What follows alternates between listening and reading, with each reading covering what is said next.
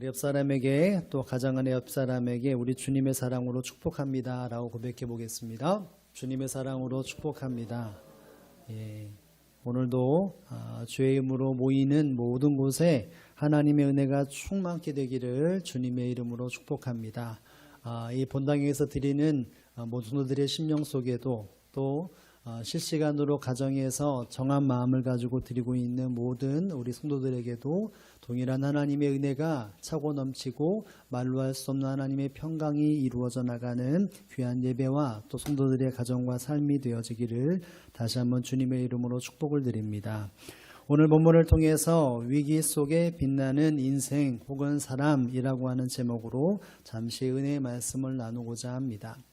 요즘 사람들의 관심이 어디에 있겠습니까? 눈을 뜨면 그리고 잠자기 직전에 저도 습관적으로 보고 눈여겨보는 것이 있는데 그것이 무엇이냐면 오늘의 확진자는 몇 명이나 될까? 이런 것들이 아마 관심사일 것입니다. 눈을 뜨고 눈을 감기 전까지 이 코로나19라고 하는 이 질병으로 인해서 우리 주변의 사람들이 혹 확진자가 있지 않는지 그 추세가 어떻게 되는지 좀 감소되고 있는지 이런 기대, 이런 긴장감으로 우린 염려와 걱정으로 지금 이 순간순간들을 살아가고 있습니다. 여러분, 그러나 이 모든 환경 속에 분명한 것이 있다면 하나님은 하나님의 사람들을 붙잡아 주시고 위로하시고 선한 길로 인도하시는 하나님이라는 사실을 여러분 믿으시기를 주의 이름으로 축복합니다. 이 모든 환경 속에 사람이 해결자가 아닙니다. 권력가나 정치가나 어떤 사람의 능력과 지혜로 해결될 수 있는 것이 아닙니다. 하나님이 역사하시고 하나님이 주도적으로 이끌으셔야만이 이 땅에 이 모든 곳에서 참 평안함이 회복될 수 있다는 사실을 우리나라에 알 것입니다. 특별히 위기 속에서 살아가는 우리가 하나님의 사람이라면 하나님께서 보여주시는 것을 우리가 볼 수 있어야 되고 마음에 담을 수 있어야 한다는 것입니다. 위기로 끝나는 것이 아니라 하나님이 허락하시는 기회를 붙잡는 사람이라면 그 사람은 오늘 본문의 제목처럼 위기 속에 빛나는 인생이 될 수 있다는 것이죠. 하나님께서는 시대마다 위기를 주셨고 위기를 헤쳐나갈 수 있는 주의 능력을 부어주셨기 때문에 위기 속에서 하나님의 택한 백성들은 위기 속에 빛나는 인생, 하나님을 영화롭게 하는 인생으로 살았다면 오늘 하나님께서 우리에게 이와 같은 위기 속에 빛나게 하신 하나님의 의도와 또 하나님의 사랑이 있다는 사실을 우리는 깨달아야 할 것입니다. 그것을 우리가 마음속에 품는다면 이 위기는 위기로 끝나는 것이 아니라 하나님의 영광과 하나님의 선포와 하나님의 은혜가 결말로 드러난다는 사실을 우리는 기대하면서 오늘 하루하루를 살아야 할 것입니다. 오늘 본문의 다윗이라고 하는 인물이 우리에게 다시 한번 나타납니다. 이 다윗은 인생의 위기 아닌 위기를 다시 한번 맞이하게 됩니다. 이스라엘 백성들이 끊임없이 블레셋과의 전쟁을 치르게 되어지는데 오늘 본문에도 사울 왕은 블레셋과의 전쟁을 치르는 환경으로 이 이스라엘 백성들을 이끌어 가게 됩니다.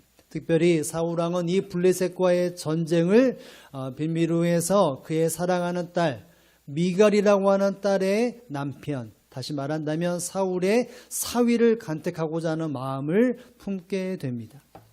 이 이야기가 오갈 때에 사울과 수많은 신하들의 시선은 누구에게 머물렀느냐라고 말을 할 때 그 모든 시선은 바로 다윗이라고 하는 사람에게 시선이 머물게 되었습니다. 여러분, 겉으로는 이 다윗을 향하여 많은 사람들이 기대하고 또 사울 왕도 이 기회를 통해서 네가 이 나라의 딸의 사위가 되었으면 좋겠다라고 하는 마음을 가지고 전쟁을 주도하는 것 같지만 속으로는 다른 생각을 품고 있었던 것이죠. 오늘 본문의 21절에 보면 이렇게 말씀이 나옵니다. 함께 읽어볼까요? 시작. 스스로 이르되 내가 딸을 그에게 주어서 그에게 올무가 되게 하고 블레셋 사람들의 손으로 그를 치게 하리라 하고 이에 사울이 다윗에게 이르되 내가 오늘 다시 내 사위가 되리라 하니라. 아멘. 여러분이 말씀 읽으면 어떤 것이 드러납니까? 이 전쟁을 통해서 사랑하는 딸, 그 딸을 주고자 하는 사람을 내가 택해줄 텐데 바로 다윗이라고 하는 사람을 배상으로 해서 이와 같은 생각을 품었던 것입니다.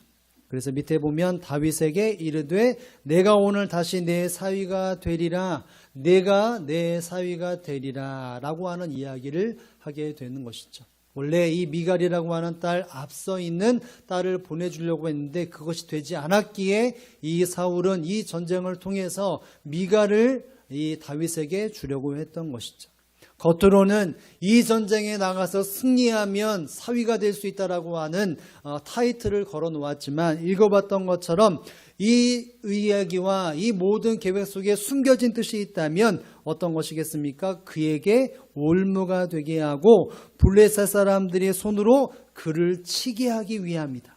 여러분, 이 전쟁에 사울 왕이 품었던 생각이 무엇이냐면 다윗을 그 전쟁에 내보내서 이 전쟁의 계를, 그 다윗을 죽게 만들겠다라고 하는 의도가 담겨져 있었던 것이죠.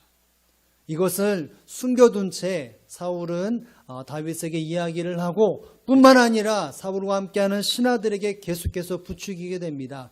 다윗아, 네가 이 사울 왕의 사위가 될 자격이 있지 않느냐라고 하는 이야기를 합니다. 처음에 그 이야기를 들었을 때 다윗은 이것은 작은 일이 아닙니다.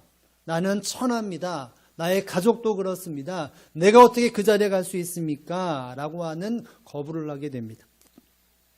그러나 여기에 신하들은 멈추는 것이 아니라 사울은 다시 신하들을 보내어서 이렇게 말하라 라고 합니다. 25절에 보면 사울이 이르되 너희는 다윗에게 이같이 말하기를 왕이 아무것도 원하지 아니하고 다만 왕의 원수의 보복으로 블레셋 사람들의 포피 100개를 원하신다 하라 하였으니 이는 사울의 생각에 다윗을 블레셋 사람들의 손에 죽게 하리라 함이라. 여러분, 무슨 말씀을 하니까요? 내가 이 사위를 삼고자 할 때 그 어떤 자격이 있다는 것이 아닙니다. 부자가 되거나 어떤 좋은 가문이 있거나 힘이 있거나 능력이 있거나 이와 같은 어떤 조건이 되는 것, 조건이 있다면 이 블레셋 사람들의 100명을 잡아다 대오면 포피를 베어 처치해 오면 그것으로 말미암아 사위가 될 수 있다라고 말하면서 다윗 너는 가거라 라고 이렇게 신하들에게 말하라고 이야기를 하게 됩니다. 여러분, 이 상황, 전쟁에 나가는 것은 어쩌면 아무것도 아닐 수 있습니다. 그러나 이 전쟁에 다윗이 나간다면 사울의 계획 속에서 다윗은 어떻게 되겠습니까? 전쟁에서 전사자가 됩니다. 죽게 됩니다. 그의 인생 속에서 이제는 종지부가 찍을 수밖에 없는 그 전쟁이 눈앞에 다가오게 된 것이죠. 하나님께서는 다윗을 이런 방법으로 이렇게 상황 속에서 이끌어 가셨습니다. 여러분, 그렇다면 다윗이 이와 같은 전쟁에 나가야 될까요? 말아야 될까요? 사울은 이 전쟁에 나가기만 하면 사위가 되게 해주겠다라고 했지만 그 마음속에서는 블레셋의 손을 통하여서 내가 저 다윗을 죽이겠다라고 하는 생각을 가지고 있다면, 이 사울의 계획대로 된다면 여러분, 다윗은 전쟁에 나가야 될까요? 말아야 될까요? 나가지 말아야 합니다. 하나님은 이 환경 속에서 다윗을 그곳에 노출시키게 만들고 다윗을 이끌어 가셨습니다. 계산적으로 본다면 다윗이 계산했다면 이곳에 가지 말라는 것이 합당합니다. 그럼에도 불구하고 다윗은 어떻게 합니까? 나아갑니다. 전쟁에 출정하게 됩니다. 분명히 이 상황은 다윗에게서는 위기이자 인생의 재앙일 수밖에 없지만, 여러분, 그러나 다윗은 하나님 앞에서 하나님과 함께하는 삶을 살았기에, 하나님의 인도하심을 받았기에 그 전쟁에 나아가서 이스라엘 백성들을 보호하고 하나님의 이름을 드높이는 인생으로 더욱더 도전적으로 나가게 됩니다. 결국 나가지 말아야 할 위기 속에서 하나님이 허락하시는 시간과 신뢰함을 통하여 그 전쟁에 나아가 진정한 승리를 경험하게 되어지고 그 인생 속에 또 다른 정점을 찍는 인생을 살게 되었던 것이죠. 위기 속에서 위기로 끝나는 인생이 아니라 하나님이 허락하시는 빛나는 인생, 하나님이 기뻐하시는 인생의 삶을 살았던 것이 바로 이 다윗이었던 것입니다. 위기를 기회로 삼아 하나님의 능력과 은혜를 경험했던 것이 바로 이 다윗의 삶이었던 것입니다. 사랑하는 성도 여러분, 하나님은 이 땅의 수많은 성도들과 믿음의 사람들에게 이와 같은 방법으로 위기를 통하여 하나님의 능력을 나타내기를 원하신다는 사실을 여러분 믿을 수 있기를 주님의 이름으로 축복합니다. 위기는 하나님이 일하시는 시기이고 위기는 하나님의 사람들이 하나님의 능력을 바라는 시간이라는 사실을 우리는 기억해야 한다는 것입니다. 여러분의 인생 속에 사회적인 뿐만이 아니라 나의 개인적인 시간 속에서 위기를 마주하고 있는 시간들이 있지는 않습니까? 원하지 않는 공간과 원하지 않는 불편한 관계 속에서 나의 삶이 하루하루 지치고 실무 속에 살아가는 삶을 살아가고 있지는 않습니까? 여러분, 그 삶이 어쩌면 나에게 위기이지만 하나님께서 우리를 사랑하시고 온전히 이끌어 가신다면 그 위기는 위기로 끝나는 것이 아니라 하나님이 기뻐하시고 하나님이 즐거워하시는 바로 하나님이 영광 받으시는 빛나는 인생으로 우리를 이끌어 가신다는 사실을 우리는 기억할 수 있어야 할 것입니다. 이 다윗이 위기 속에 하나님의 은혜를, 능력을 경험했던 것처럼 우리도 인생 속에서의 위기를 위기로 끝나는 것이 아니라 하나님이 빛나게 하신 인생으로서 우리는 삶을 살아가야 한다는 것입니다. 여러분, 그렇다면 다윗이 어떠한 모습으로서 이 순간을 대했겠습니까? 여러분, 그의 마음속에 그는 변하지 아니하는 하나님의 능력이 있었습니다. 그 능력이 무엇이었겠습니까? 사울 왕이 이 전쟁을 마치고 난 이후에 다윗을 볼 때에, 전쟁에 승리하고 돌아온 다윗을 볼 때에 그가 이렇게 고백을 합니다. 28절 말씀 함께 읽어봅니다. 여호와께서 다윗과 함께 계심을 사울이 보고 알았고 사울의 딸 미갈도 그를 사랑함으로. 아멘. 여러분, 다윗은 전쟁에 나갈 때에 자기의 어떤 권력과 자기의 욕심으로 나가는 것이 아니었습니다. 자기 이름이 높아지고자 하는 단순한 마음으로 나간 것이 아니라 철저하게 누구와 함께 그 전쟁터에 나갔을까요? 여호와께서 함께 하시는 그와 같은 중심을 가지고 그 전쟁에 나아갔던 것입니다. 다윗은 외부로 보여주고자 하는 마음이 아니라 하나님이 함께 하시는 그 중심이 있는 그와 같은 믿음의 삶을 선택하면서 그 발걸음으로 하나님 앞에 영광을 돌리고 전쟁에 나아가 승리했던 사실을 우리는 알아야 한다는 것입니다. 사울은 그것을 보고 경험을 했습니다. 그래서 한쪽으로는 두려운 마음이 있었고 이 다윗은 내가 반드시 죽여야겠다라고 하는 마음이 한쪽의 마음이 다시 한번 채워집니다.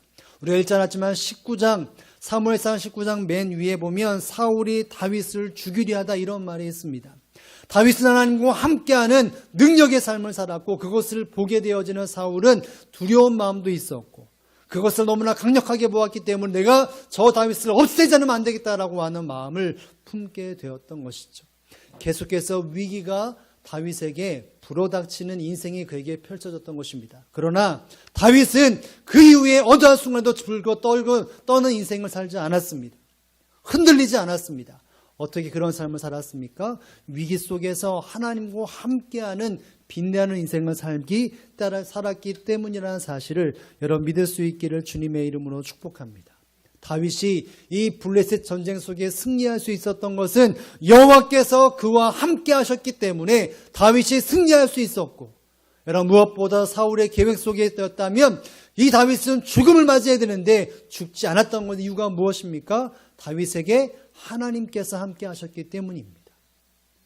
아무런 능력이 없고 혹은 물질이 없고 이 전쟁에 나가 승리할 수 없는 여건이었지만 하나님은 이 다윗과 함께 해주셨기 때문에 블레셋을 물리칠 수 있었고 다윗의 그 계략 속에 넘어지지 아니하고 오히려 위기 속에서 하나님을 기쁘시게 하는 삶을 살았다면, 여러분 오늘날 우리가 믿음의 삶을 살아간다면 어떤 삶을 살아야 합니까? 하나님과 함께하는 삶을 살아간다는 사실을 여러분 믿을 수 있기를 주님의 이름으로 축복을 드립니다. 하나님께서 함께하는 사람은 인간의 꾀에 넘어지지 않습니다. 위기를 당하나 위기를 통해서 하나님을 경험하기 때문에 하나님의 영광을 나타내는 존재가 된다는 사실을 알아야 합니다. 하나님과 함께하는 사람들은 위기 속에 패배자가 되지 않습니다. 진정한 승리자가 된다는 사실을 여러분 믿을 수 있기를 주님의 이름으로 축복합니다. 믿음의 사람의 능력이 무엇이 있겠습니까? 내가 어떤 돈이 많거나 능력이 있거나 혹은 능력 있는 사람을 많이 알기 때문에 내가 이 땅에 승승장구하는 것이 아니라 어떤 환경에서도 하나님을 알고 하나님을 신뢰하고 하나님과 함께하는 것이 이 땅에 살아가는 사람의 진정한 힘이라는 사실을 우리는 알아야 한다는 것입니다.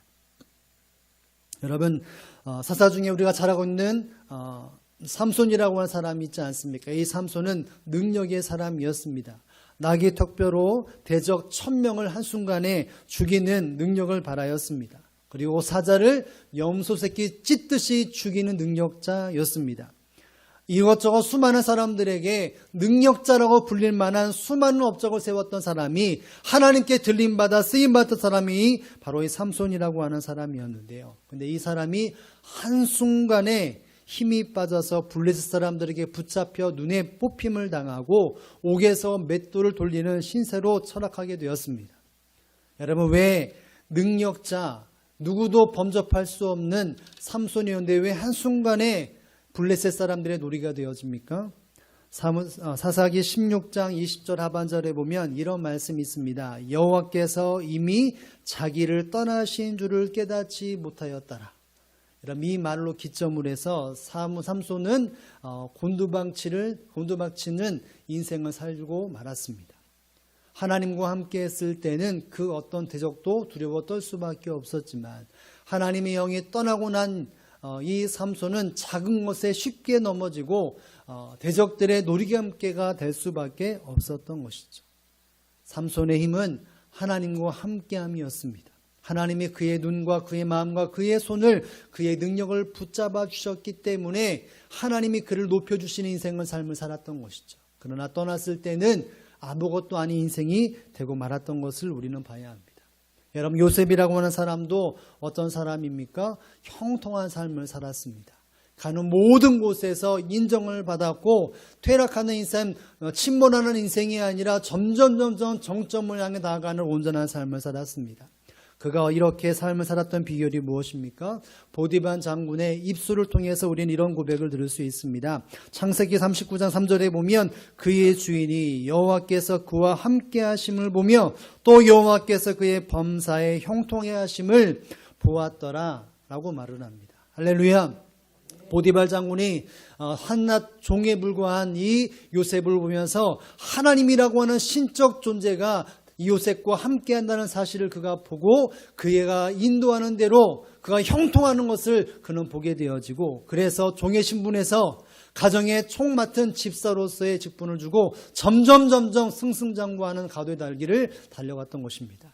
그의 인생에 위기가 있었지만 그 위기가 위기로 끝나는 것이 아니라 기회를 되어서 하나님의 영광과 하나님이 높여주시는 인생을 삶을 살았습니다. 그 비결이 무엇입니까? 그가 여호와와 동행했기 때문인 것이죠.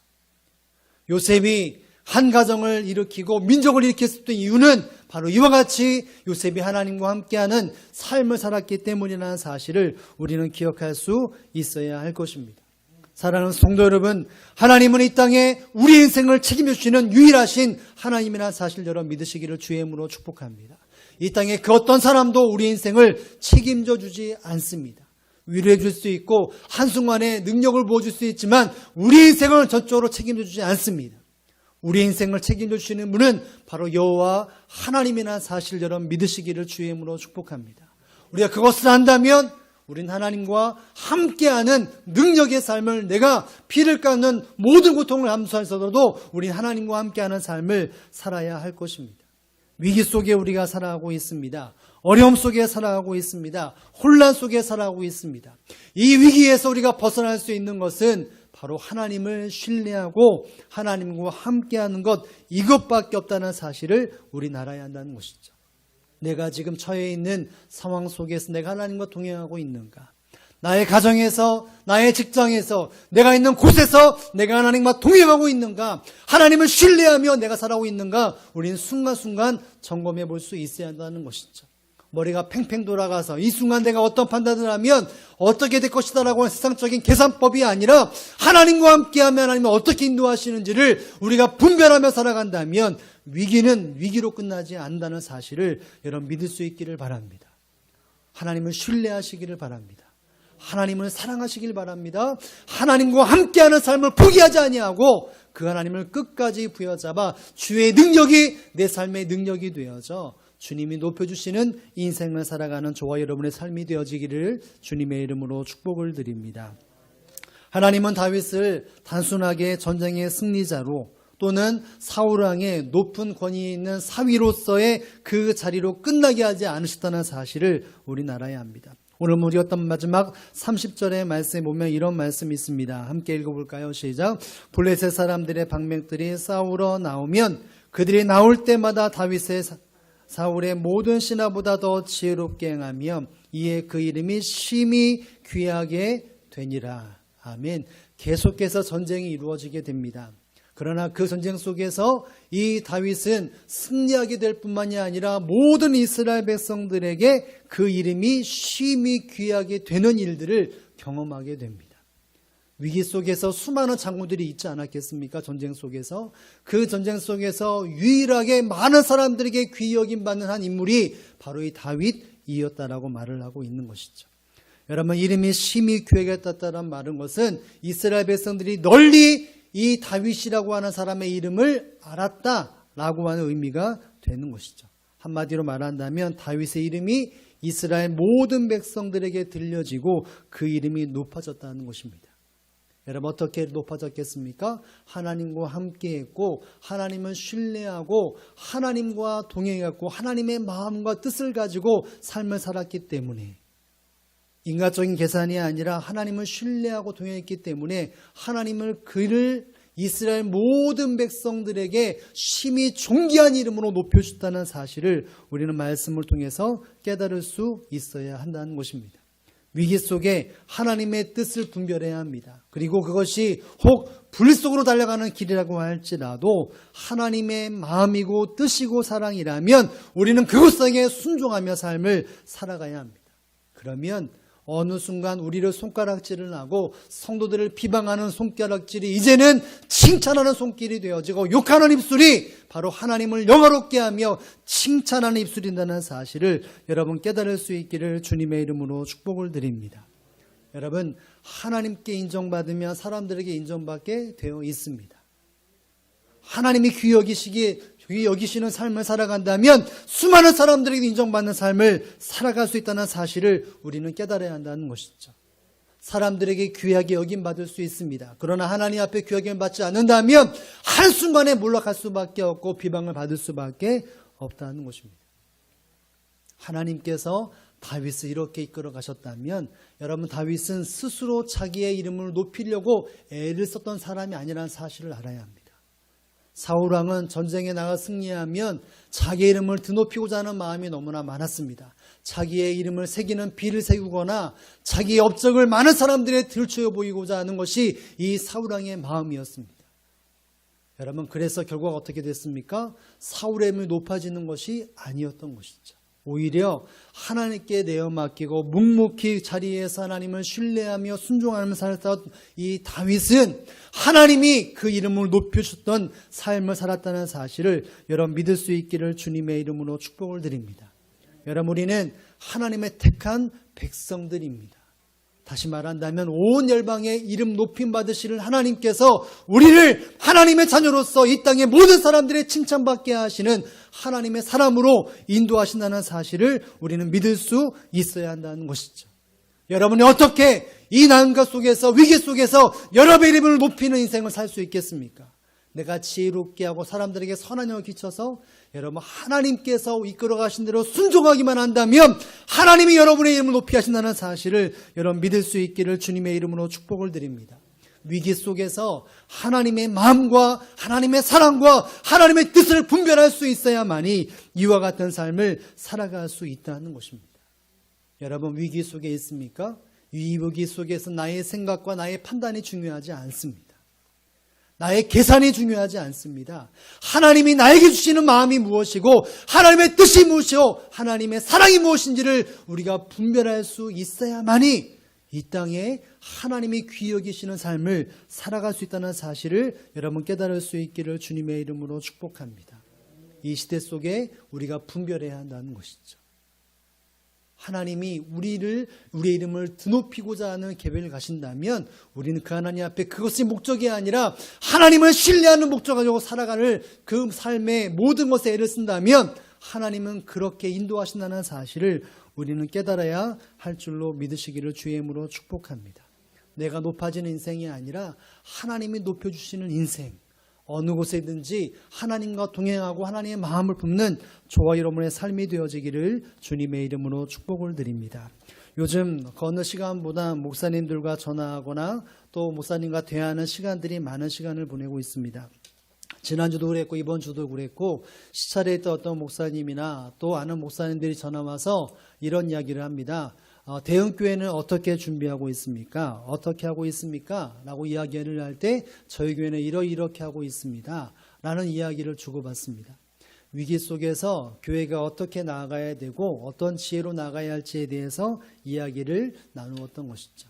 어떤 교회는 40일 특별 새벽 기도회를 계획했다가 3월 이후로 미루는 교회가 있고 또 어떤 교회는 하되 인터넷으로 생중계하면서 그것에 댓글을 달면서 참석하는 것으로 간주하는 이렇게 방법을 달리해서 하는 교회도 있다고 이야기를 나눈 적이 있습니다.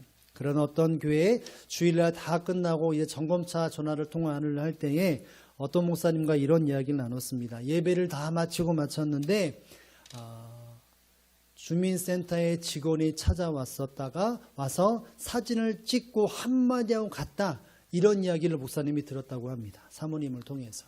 그것이 무엇이냐면 수없이 공문을 보냈는데 왜 예배를 드립니까? 사진을 찍고 묵묵하게 돌아갔다고 합니다. 그 교회는 저희 교회보다 한 2배 이상 큰 교회인데 사람들이 꽉 차지도 않고 되게 뜸뜸이 앉아있는 적은 숫자가 있는 교회입니다. 교회도 많은 사람들이 있지 않는 형편이기 때문에 그래서 띄엄띄엄 앉아서 예배 드릴 수 있다라고 하는 생각을 가지고 했는데 그런 이야기를 들었다라고 말합니다. 그 마음속에 목사님의 마음과 같이 이야기 나눈 마음속에 참 한쪽으로는 이해되기도 하고 또 한쪽으로는 이 상황 속에서 우리가 어떻게 대처해야 하는가라고 하는 생각을 해보게 되었던 것이죠. 일제시대 때 신사참배에 대해서 찬송과 또 반대하는 그 결정 앞에서 교회 안에 순사들이 지켜보면서 그것을 어떻게 통과하나 이렇게 감시했던 것처럼 혹 그와 같은 생각들이 갑자기 겹쳤지만 이러저런 생각 속에서 하나님이 이 시대의 교회를 향한 뜻이 무엇일까? 라고 하는 고민 속에 같이 이야기를 나눈 적이 있습니다. 실시간으로 대치를 해야 되는데 그것이 되지 않기 때문에 어떤 방법이 좋을까라고 하는 말로 우리 목사님들이 이야기를 나누었습니다. 그리고 여러분이 혹 보셨는지 모르겠지만 이런 사진을 인터넷에서 본 적이 있습니다. 어떤 권사님이신지 집사님인지 문고리를 잡고 고개를 푹 숙여 있는 사진을 본 적이 있습니다. 그분이 그 교회가 확진자가 생겨서 문을 닫아버렸는지 아니면 교회에 이런 예방 차원에서 문을 닫아버린지는 알 수 없지만 교회 문이 닫혔습니다. 그것 때문에 사람들의 마음이 이러저런 생각들로 댓글로 쭉 달려 있습니다. 여러분 우리가 거부할 수 있는 것은 지금 이렇게 지나가고 있습니다. 교회마다 대형 교회는 문을 닫고 인터넷으로만 예배를 드리고 있습니다. 저희 교회도 몇몇 분 오셨지만 실시간 예배로 가정에서 경건한 마음으로 예배를 드리고 있습니다. 여러분 어쩌면 위기 아닌 위기 속에 이 한국교회가 있다는 것이죠. 여러분 그러나 왜 하나님이 왜 교회의 문을 닫게 하셨는가? 왜 성도들이 교회에 오는 걸음을 막도록 하나님께서 이끄셨는가? 우리는 알아야 한다는 것이죠. 이런 설교를 준비하면서 이런 생각을 해보게 됩니다. 하나님이 성도들에게 주고자 하는 메시지가 많이 있겠지만 한 가지가 이것이 아닐까? 교회 안에서 온전한 예배를 드리고 있는가? 교회를 드리고 예배를 드리고 있지만 사람들의 만족과 사람들의 귀를 즐겁게 하고 눈에 만족을 주는 예배를 드리고 있지는 않는가? 그리고 또 하나 교회에서는 예배를 드리지만 가정에서는 그리스도인이 아니라 세상 사람들과 똑같은 모습으로 삶을 살아가고 있지 않은가? 여러분 이런 고민으로 하나님께서는 오늘날 교회를 또 성도들의 마음을 이렇게 이끌어 가시지 않는가라는 생각을 하게 됩니다. 여러분 하나님은 지금 이 시대에 한국교회와 성도들에게 위기 속에서의 우리를 이끌어가고 계십니다. 이 위기 속에서 하나님이 우리의 개인과 하나님이 기뻐하시는 교회를 하나님의 이름을 영화롭게 하는 방법이 무엇이겠습니까? 여러분 우리는 이 땅에 이 모든 환경 속에 하나님의 뜻을 알아야 한다는 것이죠. 내가 교회에서 예배할 때 어떤 마음으로 드리고 있는지 내 나름대로 인간의 가치관과 잣대를 통해서 예배를 점수를 매기거나 판단하는 것으로 했다면 그것을 내려놓아야 한다는 것이죠. 교회에서는 아버지라 이름 부르고 예배하지만 가정에서 직장에서는 하나님의 자녀가 아니라 세상 사람과 똑같은 말과 행동과 가치관을 들고 살고 있기 때문에 여러분 그 삶을 우리는 내려놓을 수 있어야 한다는 것이죠. 여러분 이것이 오늘날 우리가 마음을 고쳐 잡아야 할 삶이라는 사실을 우리는 기억해야 한다는 것입니다. 내가 가정에서 직장에서 나와 친한 사람들 관계 속에서 내가 정말 하나님과 동행하고 있는가? 하나님의 마음을 품고 내가 인내하며 품어주고 있는가? 주님과 동행하는 삶을 살아가고 있는가? 주님처럼 그 삶을 내 삶 속에 담아내고 있는가? 사람들 관계 속에서, 직장에서, 가정에서 주님의 마음으로 사람들에게 내가 살아가고 있는가?